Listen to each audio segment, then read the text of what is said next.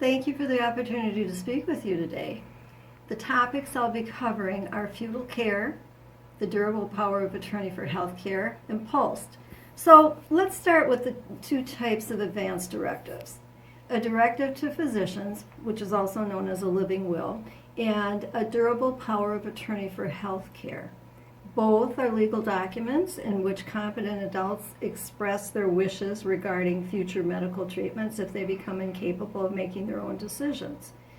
The living will can be dangerous. In a living will, you request or refuse life-sustaining treatment for some future illness or injury based on guesswork, something in the future.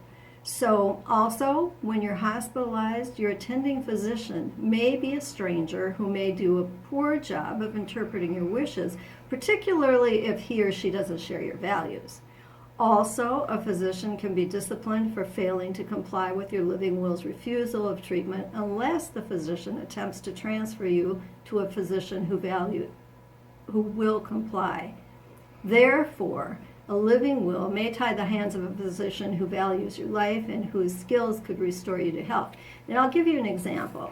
It's a woman by the name of Ruby, and she made it very clear through many years that she never wanted to be, as she called it, hooked up to a machine, did not want to be on a ventilator. She voiced this to her family, her friends, to anybody who would listen.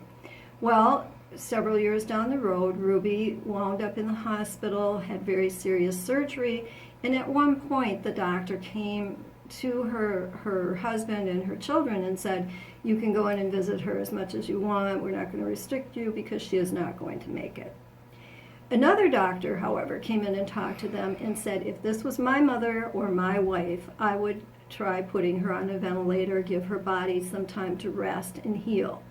They were very conflicted, of course, because they knew that she had stated she never wanted to be on a ventilator, but ultimately they decided to try that because it seemed to be the only chance that she had. Ruby went on the ventilator for several days, and when she came off the ventilator, she lived for another 10 years. Now, if she had put that in writing, that would have tied that doctor's hands. He would not have been able to suggest it or implement it. So be very careful about what you write. You want to write as little as possible. You want to decide at the time.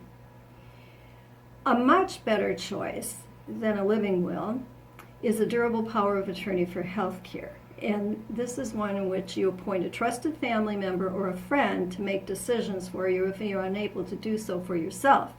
Your agent will endeavor to honor your values while basing his or her decisions on current information, such as your condition, treatment options, and likely outcomes provided by the medical professionals. To be certain that a person you trust will make medical decisions for you if you become incapacitated, you must specifically name that person in a legal document. A durable power of attorney for healthcare is such a document, and it's essential for anyone 18 years or older. Wording of the durable power of attorney for healthcare is extremely important, and information is available to assist you in choosing one. They're not difficult to fill out, and our office can assist you with any questions you may have, and you can find us on the web at www.humanlife.org.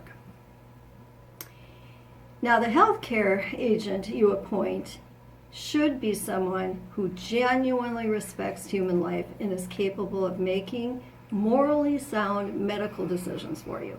Should be someone who will ask questions in order to base decisions on the best medical information and advice available, who will not be easily intimidated by medical professionals and terminology, or by friends and family who may disagree with your wishes. And it should be someone who will obtain a second opinion or legal advice if necessary.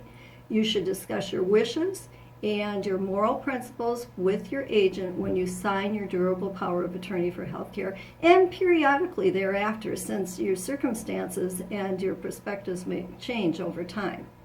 An example of that, doctor by the name of Sylvia Menard. She was head of an experimental oncology department, and she was a supporter of euthanasia for years.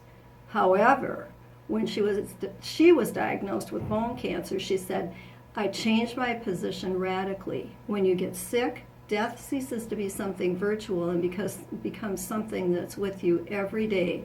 So you say to yourself, I'm going to do everything possible to live as long as possible." We just don't know when the time comes. And again, I just stress to you the importance of the person that you name as your healthcare agent for you. So we'll move to feudal care. The term feudal care would seem to mean useless medical interventions that would provide no benefit to the patient. However, a bioethical concept called feudal care theory is seeping through the healthcare system. This theory proposes that physicians and hospitals should have the right to withhold or withdraw life-sustaining treatment that a patient or family wants. So based on judgments about the value or the quality of a patient's life rather than on the value of a specific treatment or therapy, medical futility decisions can disregard the rights of patients to their own healthcare decisions. The essence of feudal care theory is involuntary euthanasia by omission. You're refused treatment. Some hospitals have adopted policies granting themselves the right to decide when it's time to stop all treatment and allow a patient to die, even against the patient's wishes or the wishes of the family. Some states have also added medical futility provisions to their advanced directives for healthcare laws, and these policies and laws are written to protect the physicians and the hospitals from legal liability for hastening a patient's death.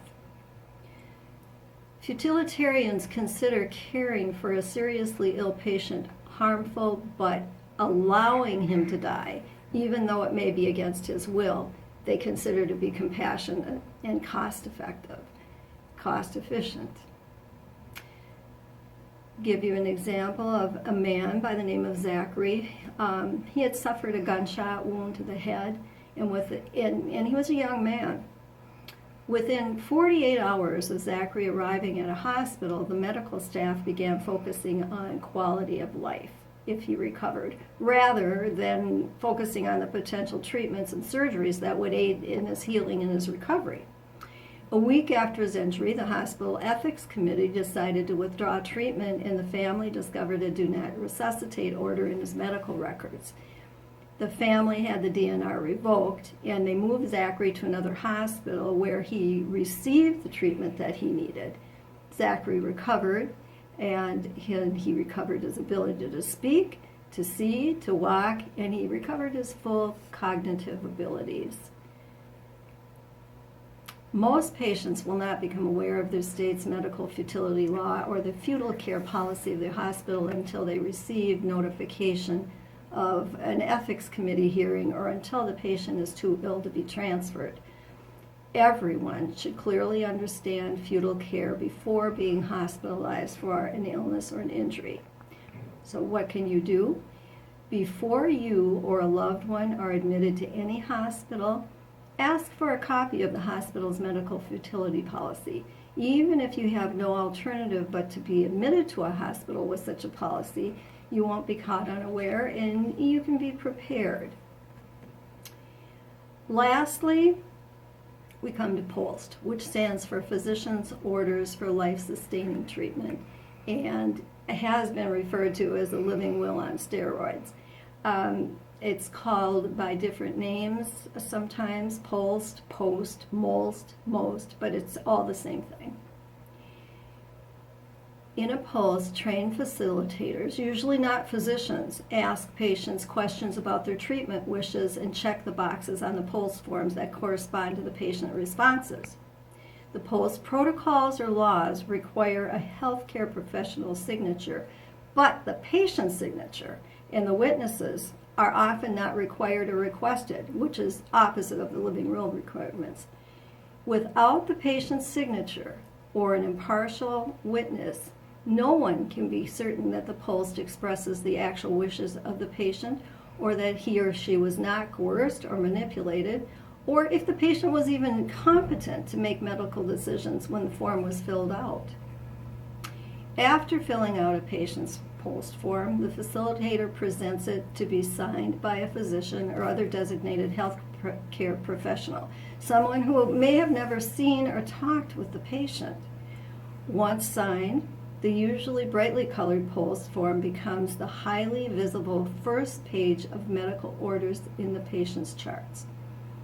It dictates whether to withhold or administer CPR, antibiotics, or assisted nutrition and hydration. It also dictates whether a patient should receive comfort measures only, limited additional interventions, or full treatment. POLST restrictions apply the instant the order is signed, whether or not the treatment is associated with an end-of-life condition. POLST orders travel with the patient from one healthcare setting to the next, and even home to be followed by EMTs in an emergency. The first order on many of the POLST forms is first follow these orders, then contact a physician. You don't want the same treatment for a broken leg that you'd want for a heart attack. So making these decisions and filling out these forms ahead of time it simply makes no sense. It's always best to make medical decisions based on your current situation using medical orders that were written weeks, months, or even years earlier is just not sound medical advice. POLST is geared toward non-treatment and can encourage premature withdrawal of treatment from patients who would not die except for the denial of that treatment.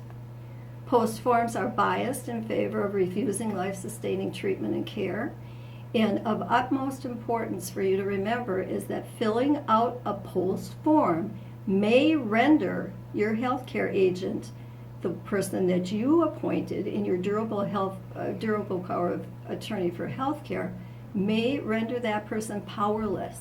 If a POLST form and an advance directive conflict, the most current date will often prevail even if you or your agent didn't sign the POLST. So if that POLST was filled out after your advance directive, it could negate your advance directive. But there is something that you can do. If you're approached by a hospital, a doctor's office, or any other facility to sign a POLST form, advise them you have a durable power of attorney for health care. That's all they need. They do not need a POLST form. And also, I strongly encourage you to ask to see your medical chart to determine if a POLST form has been placed either in your paper chart, your physical chart, or in your electronic chart. If it has, advise them to remove it immediately and then follow up with them and make sure that they have.